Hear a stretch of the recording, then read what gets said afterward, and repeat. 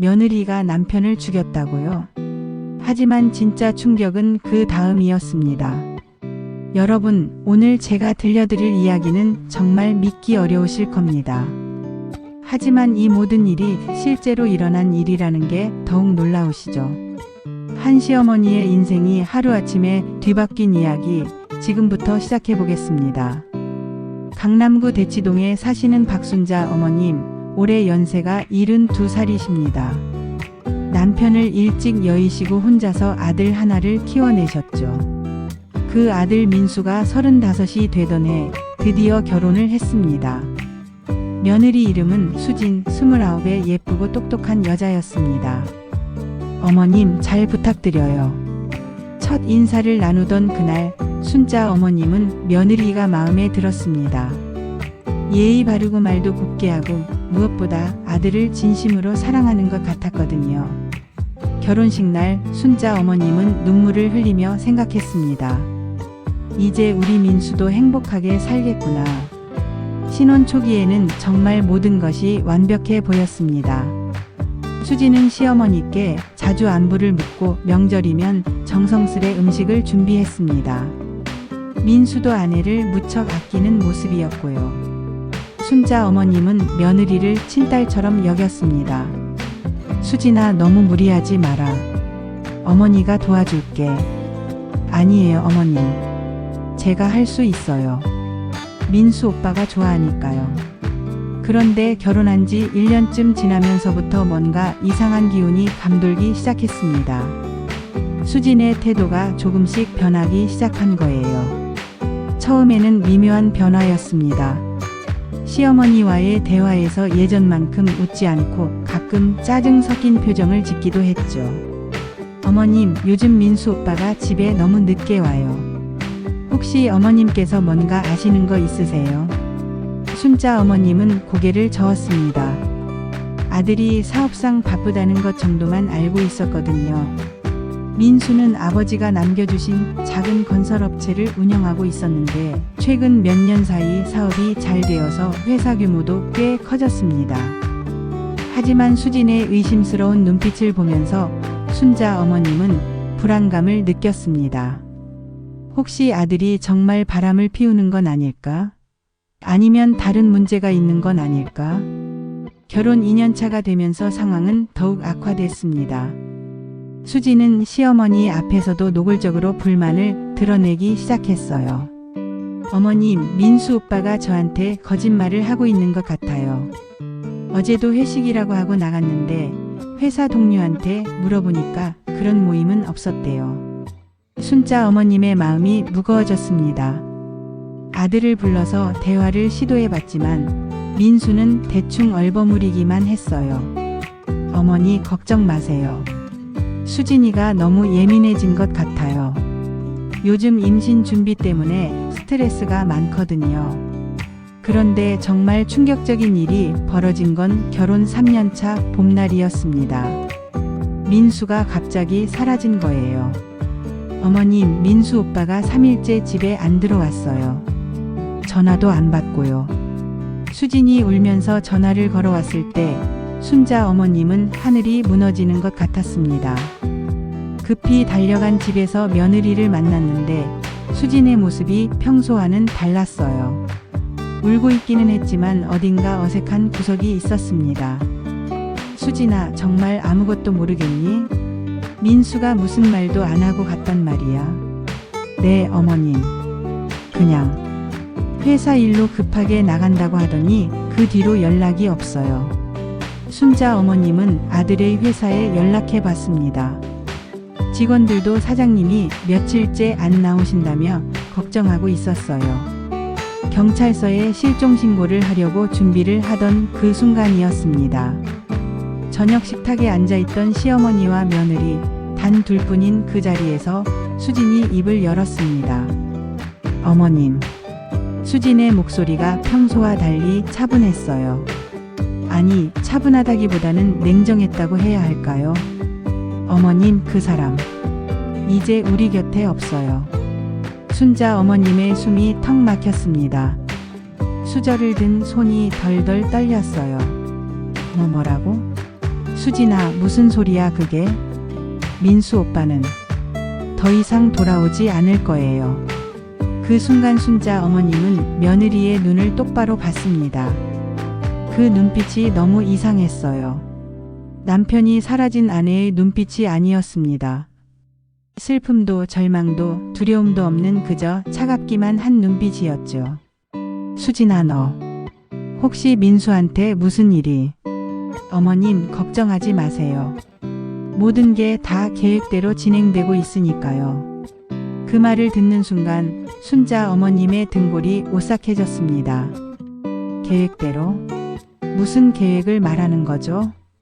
수진이 자리에서 일어나며 말했습니다. 이제 이 집도 회사도 모든 재산도 다 제 거예요. 어머님께서는 그냥 조용히 지내시면 돼요. 그날 밤 순자 어머님은 한숨도 잘 수 없었습니다. 아들을 낳고 기르며 살아온 30년의 세월이 주마등처럼 스쳐 지나갔어요. 그런데 며느리와 함께 지낸 3년이 더 낯설고 무서웠습니다. 며칠이 흘렀습니다. 순자 어머님은 조심스럽게 며느리의 행동을 지켜봤어요. 수지는 평소와 다름없이 생활하고 있었습니다. 아니, 오히려 예전보다 더 여유로워 보이기까지 했죠. 그러던 어느 날 기회가 왔습니다. 수진이 샤워를 하러 욕실에 들어간 사이 순자 어머님은 며느리의 핸드백을 발견했어요. 가방 속에서 휴대폰이 보였습니다. 이러면 안 되는데. 마음속으로는 그렇게 생각하면서도 순자 어머님의 손은 이미 그 휴대폰을 집어들고 있었습니다. 다행히 잠금이 걸려 있지 않았어요. 갤러리를 열어본 순간 순자 어머님은 비명을 지를 뻔했습니다. 수많은 사진과 영상들이 있었는데 그 내용이 상상도 못할 것들이었어요. 아들 민수와 수진이 함께 있는 모습들이었지만 그것은 단순한 부부 사이의 사진이 아니었습니다. 카메라를 정면으로 응시하며 섬뜩하게 웃고 있는 수진의 표정, 그리고 의식을 잃은 것처럼 보이는 민수의 모습. 순자 어머님은 손이 떨려서 제대로 화면을 볼 수도 없었어요. 더 충격적인 건 메모 앱이었습니다. 모든 걸 내 손에 넣겠다라는 제목으로 수십 개의 계획들이 날짜별로 정리되어 있었어요. 1단계 시어머니와의 관계 구축 완료. 2단계 남편의 신뢰 얻기 완료. 3단계 재산 정보 파악 완료. 4단계 남편 제거 진행 중. 5단계 시어머니 처리 방안 준비 중. 순자 어머님은 온몸이 얼어붙는 것 같았습니다. 특히 시어머니 처리 방안이라는 폴더를 열어봤을 때는 정말 기절할 뻔했어요. 그 안에는 순자 어머님의 일상, 건강 상태, 복용하는 약물, 심지어 유언장까지 작성해두라는 계획까지 세세하게 적혀 있었습니다. 노인성 치매 진단서 위조 방안, 의료진 매수 계획, 자연사 위장 방법. 손이 너무 떨려서 휴대폰을 놓칠 뻔했지만 순자 어머님은 꾹 참고 모든 내용을 확인했습니다. 그리고 가장 중요한 폴더를 발견했어요. 녹음 파일들. 그 안에는 민수와 수진의 대화가 수십 개 저장되어 있었습니다. 순자 어머님은 그중 가장 최근 것을 재생해 봤어요. 수진아, 어머니한테는 절대 말하면 안 돼. 이 돈은 우리만 알고 있어야 해. 알았어, 오빠. 그런데 정말 괜찮을까? 어머님 명의로 된 건물까지 우리 앞으로 바꿔도? 괜찮아. 어머니는 모르실 거야. 나중에 적당히 설명하면 돼. 순자 어머님은 충격의 말을 잃었습니다. 아들도 공범이었다는 거예요. 그런데 녹음을 계속 들어보니 더 큰 진실이 드러났습니다. 민수는 처음에는 단순히 세금 절약을 위한 방편이라고 생각했던 것 같았어요. 하지만 수지는 처음부터 다른 계획을 가지고 있었습니다. 오빠, 우리가 이렇게 하는 이유가 뭐라고 했지? 세금 절약? 아니야. 우리가 완전히 독립하기 위해서야. 시어머니한테 더 이상 눈치 보지 않으려고 하는 거잖아. 대화를 들으면서 순자 어머님은 며느리의 진짜 정체를 알게 됐습니다. 수지는 처음부터 계획적으로 접근한 거였어요. 순진한 아들을 이용해서 재산을 빼돌리고 최종적으로는 시어머니까지 제거할 계획이었던 겁니다. 물소리가 멈췄습니다. 수진이 샤워를 마치고 나오는 소리였어요. 순자 어머님은 급히 휴대폰을 원래 자리에 놓고 자신의 방으로 돌아갔습니다. 하지만 그냥 당하고만 있을 순자 어머님이 아니었죠. 평생 혼자서 아들을 키우며 살아온 그 강인함이 되살아났습니다. 다음 날부터 순자 어머님은 치밀한 계획을 세우기 시작했습니다. 먼저 수진이 없는 틈을 타서 휴대폰의 모든 내용을 USB에 복사했어요. 그리고 조용히 변호사 사무실을 찾아갔습니다. 변호사님, 제가 이런 상황에 처했는데 어떻게 해야 할까요? 변호사는 순자 어머님이 가져온 증거들을 보고 깜짝 놀랐습니다. 어머님, 이건 단순한 재산 분쟁이 아니라 살인 계획까지 포함된 중대한 범죄입니다. 즉시 경찰에 신고하셔야 해요. 하지만 순자 어머님에게는 다른 계획이 있었습니다. 변호사님, 제가 원하는 건 단순한 처벌이 아니에요. 완전한 복수예요. 순자 어머님은 변호사와의 상담을 마치고 집으로 돌아와서 더욱 치밀한 계획을 세우기 시작했습니다. 단순히 경찰에 신고하는 것만으로는 부족했어요. 며느리가 지금까지 해온 모든 일들을 완벽하게 밝혀내고 빼앗긴 재산을 되찾고 무엇보다 아들 민수의 안전을 확인해야 했습니다. 먼저 순자 어머님은 민수의 행방부터 추적하기 시작했어요. 수진의 휴대폰에서 발견한 단서들을 바탕으로 사설 탐정까지 고용했습니다. 그리고 3일 만에 충격적인 사실을 알게 됐죠. 어머님, 따님의 아드님께서는 현재 경기도 의정부의 한 정신병원에 입원해 계십니다. 탐정의 말에 순자 어머님은 다리가 후들거렸어요. 정신병원이라고요? 우리 민수가? 네, 중증 조현병 진단을 받고 강제 입원 조치가 된 상태입니다. 보호자는 부인으로 되어 있고요. 순자 어머님은 즉시 병원으로 달려갔습니다. 하지만 면회는 보호자인 수진의 허락이 있어야 가능하다는 병원 측의 답변만 들을 수 있었어요. 간호사님, 제가 그 사람 어머니입니다. 제 아들을 만나야 해요. 죄송하지만 규정상 보호자의 동의 없이는 면회가 불가능해요. 부인께서 환자가 가족을 만나면 증세가 악화될 수 있다고 하셔서 순자 어머님은 이를 악물었습니다. 수진이 얼마나 치밀하게 계획을 세웠는지 알 수 있었어요. 아들을 정신병자로 만들어버리고 보호자 권한을 이용해서 완전히 고립시킨 거였습니다. 하지만 순자 어머님도 만만치 않았죠. 변호사와 함께 법적 절차를 밟아 강제 입원의 부당성을 제기하고 보호자 변경 신청을 했습니다. 그 과정에서 더욱 놀라운 사실들이 드러났어요.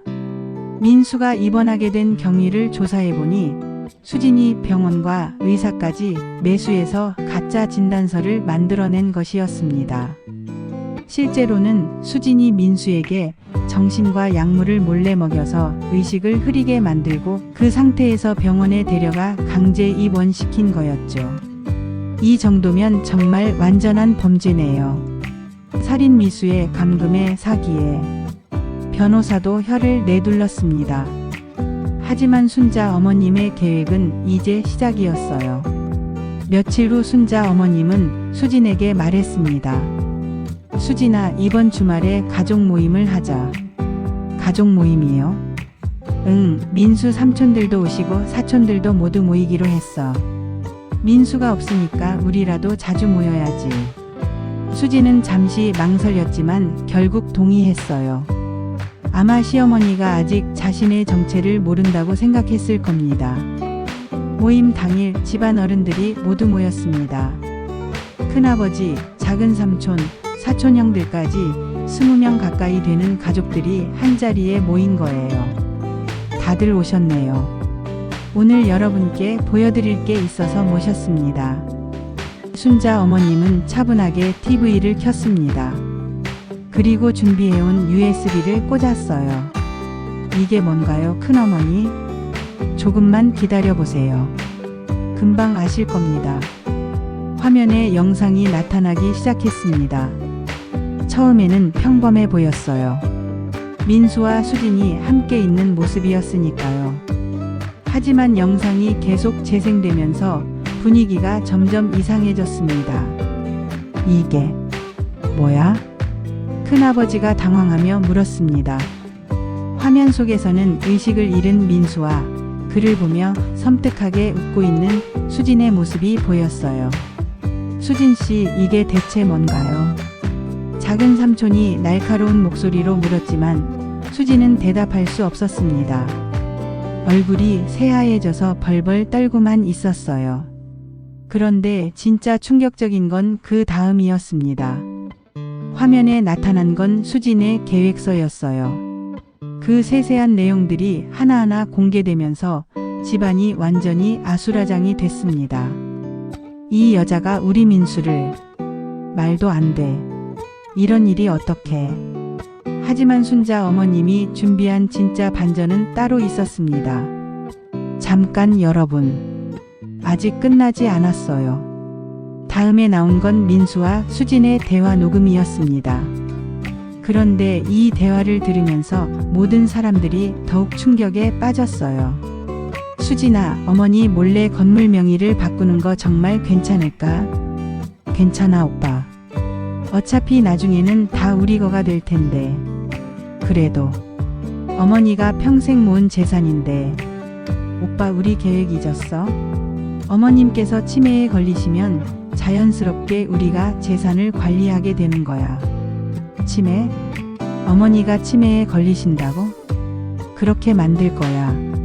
내가 준비한 약물들이 있거든. 이 대화를 들은 가족들의 분노는 하늘을 찔렀습니다. 하지만 더 큰 충격이 기다리고 있었어요. 순자 어머님이 마지막 폭탄을 터뜨린 겁니다. 여러분, 사실 이 모든 일에는 더 큰 비밀이 있습니다. 뭔 소리야, 순자야? 민수가... 우리 민수가 수진이의 첫 번째 남편이 아니에요. 순자 어머님이 꺼낸 건 수진의 과거 자료였습니다. 사설 탐정을 통해 알아낸 충격적인 진실이었죠. 수진은 이미 2번의 결혼을 했었고 두 남편 모두 이문의 죽음을 당했다는 거였어요.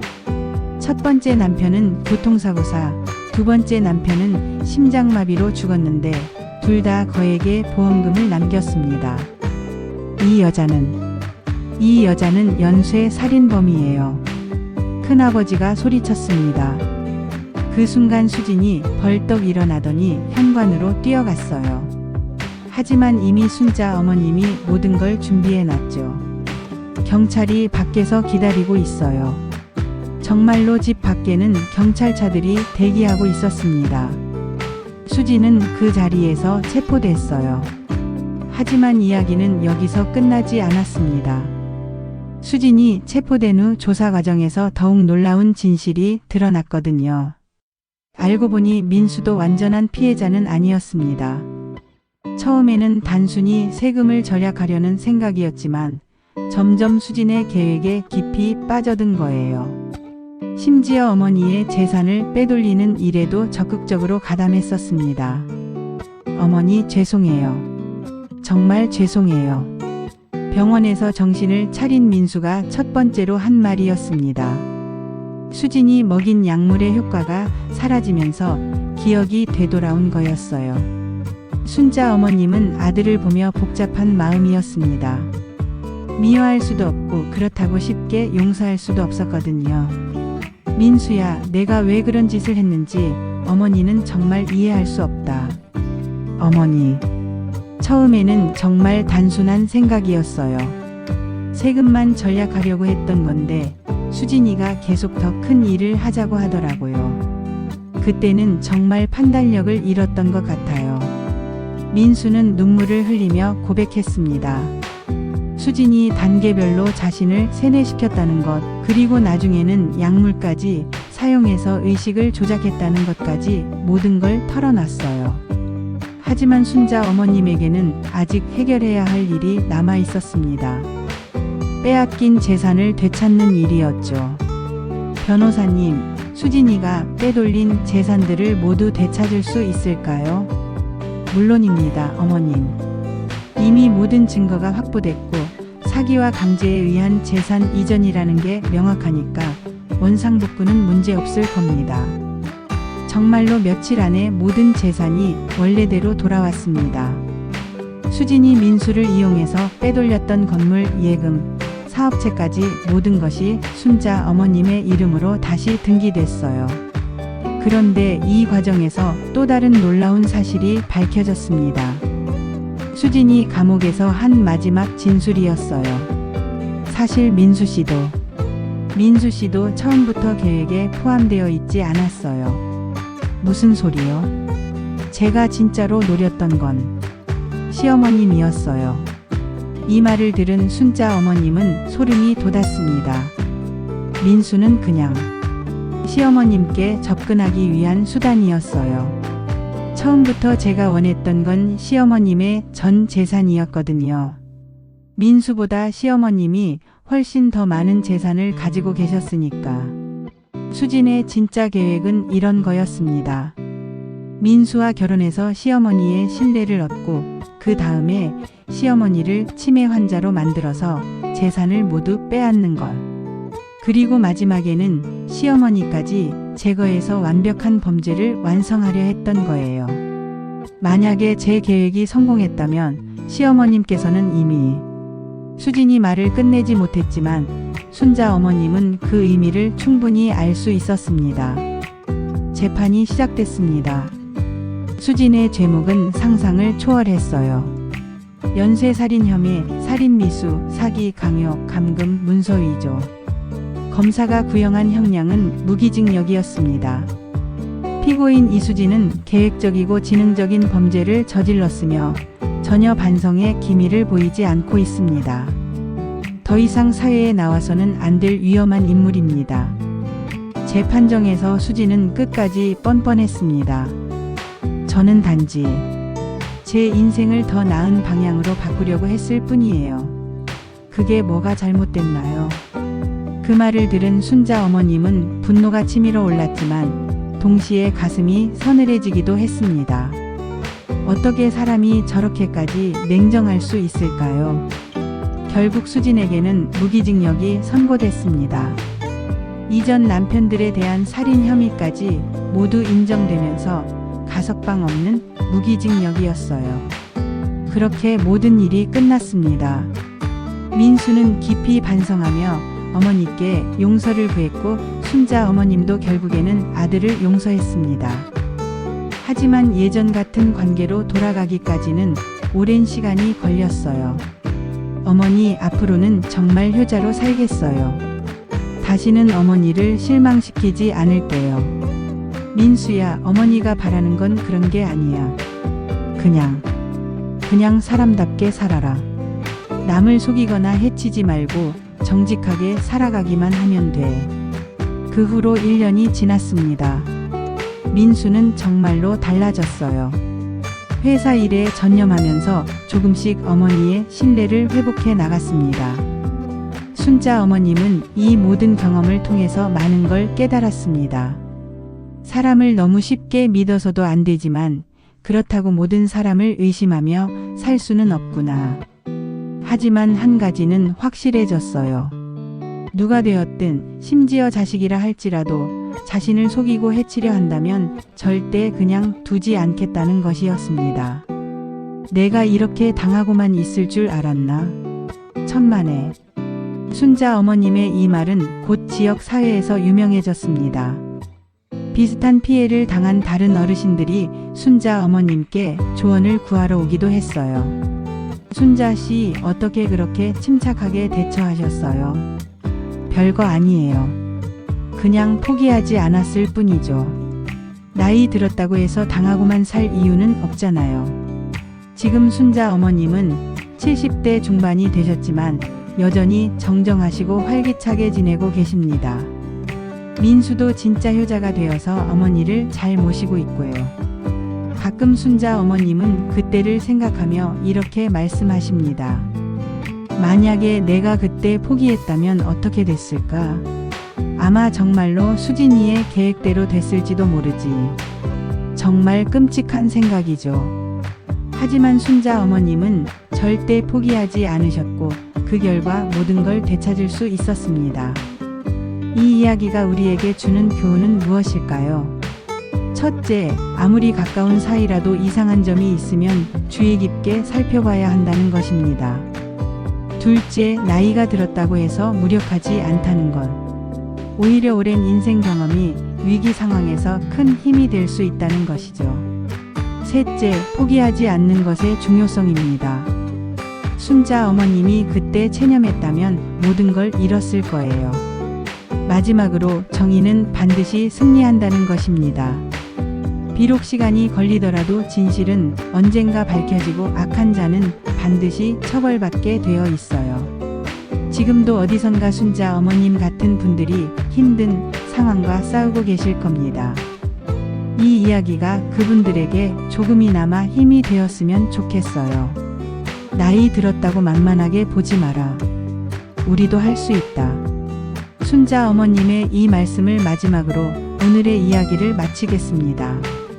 여러분은 어떻게 생각하시나요? 순자 어머님의 선택이 옳았다고 보시는지 아니면 다른 방법이 있었을 거라고 생각하시는지 댓글로 의견을 남겨주세요. 그리고 이런 이야기들을 더 많이 듣고 싶으시다면 구독과 좋아요 부탁드려요. 여러분의 관심이 더 좋은 이야기를 만들어내는 힘이 됩니다. 다음에는 어떤 이야기로 찾아뵐까요? 기대해 주세요.